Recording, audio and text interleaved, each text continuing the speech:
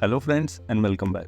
So today we will discuss about right to audit clause, why it is important to include this clause in contracts, particularly from information security perspective.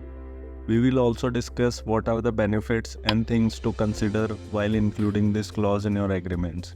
So without wasting any time, grab a notepad and let's begin. A right to audit clause is a contractual provision that grants one party the authority to review and assess specific aspects of other parties' performance, records, or compliance. These clauses are particularly relevant in contracts involving sensitive data or services. And from an information security perspective, right to audit clause grants one party the ability to assess the security practices of another party, right?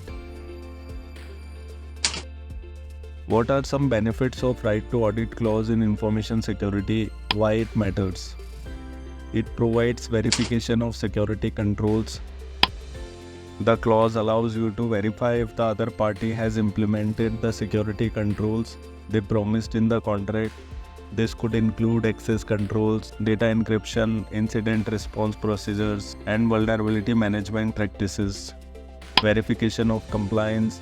You can ensure that the other party adheres to relevant security regulations or industry standards and regulatory and contractual obligations that may apply to your data, right? This is crucial if your data falls under a specific compliance requirement, like we have HIPAA for healthcare data. I have discussed more in details about HIPAA and its requirements in my earlier video, which you can go and watch for better understanding.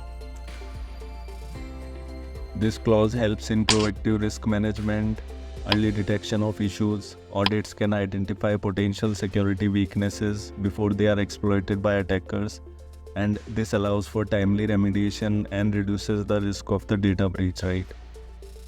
Improved accountability. The right to audit fosters a sense of accountability for the other party regarding information security.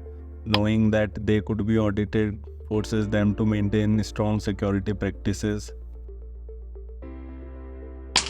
And this clause builds transparency and trust. Audits provide a level of assurance that the other party is taking data security seriously. This can be crucial for building trust, especially when dealing with sensitive information. And contractual enforcement.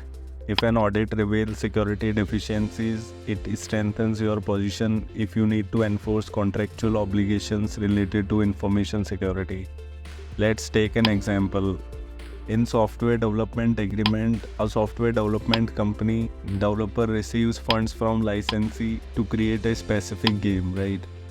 The right to audit clause allows licensee to examine developers' books and records related to uses of that development funds. And if the inspection reveals misallocation of funds, developer must reimburse licensee immediately. What are some important points to consider before drafting this clause? A well-drafted right to clause typically includes following elements: scope of the audit. The clause should clearly define the scope of the audit, specifying what aspects of the other party's information security practices will be reviewed. Frequency of audits. This clause defines how often audits can be conducted and the notice period required before an audit can take place. The frequency of audits can be negotiated and may depend on the sensitivity of the data involved and the perceived risk, which can be annually or semi-annually depending on the organization needs, right? Audit methodology. The method of conducting audit should be outlined, like on-site visit or document review or technical testing, or it may be third-party audit. It should be outlined to ensure a thorough and efficient process. Access and cooperation details the level of access the auditor will have to the service provider's facilities, systems, people and records. It mandates cooperation from service provider during the audit process. Confidentiality ensures that any sensitive information uncovered during the audit is kept confidential and used only for the purposes of audit. And cost allocation. It clarifies which party will bear the cost associated with the audit, which can sometimes be a critical point, right? Let's have a look at how a right to audit clause might be worded in a contract.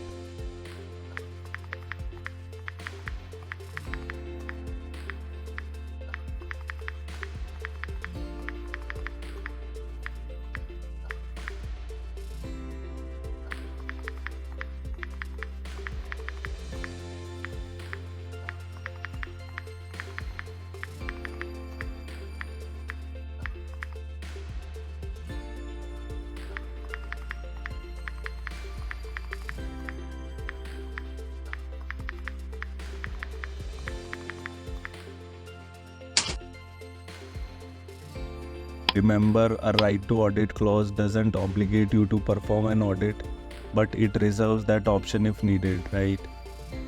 Including a right to audit clause in your contracts, particularly those involving third-party vendors or service providers who access your data, is very important.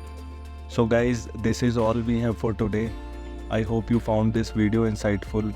Please like and share it with your friends. Subscribe to our channel for regular updates. Consider joining me on LinkedIn. See you soon with another topic, another video. Till then, take care. Bye bye. Don't forget to check out my other videos.